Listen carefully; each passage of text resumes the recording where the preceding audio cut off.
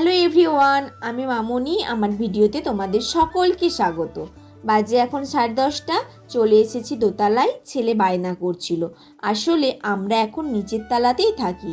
এসেছি যখন রুমের জানলাগুলো খুলে দিই, আর বেড কভারটা কাচতে হবে, একেবারে রুমগুলো ঝাড় দিয়ে নেব। বৃষ্টির জন্য জানালাগুলো পর্যন্ত খোলা হয়নি, আর বর্ষাকালে রুমগুলো থেকে তো এমনি একটা ভ্যাপসা গন্ধ আসে। জলটা উষ্ণ গরম করে নিয়ে সার্ফ দিয়ে নেব। বেড কভারটা ভিজিয়ে দিলাম।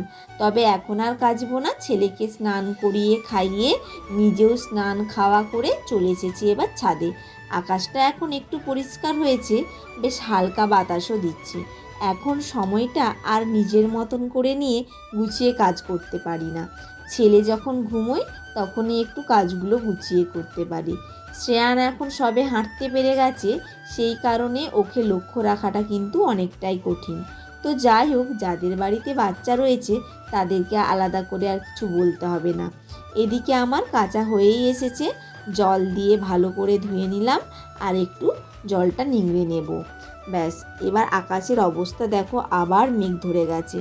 তাই ভাবলাম একেবারে 10 মিনিটের মতো ওয়েট করে তারপরে এটা দোতলায় দিয়ে নিচে চলে যাব।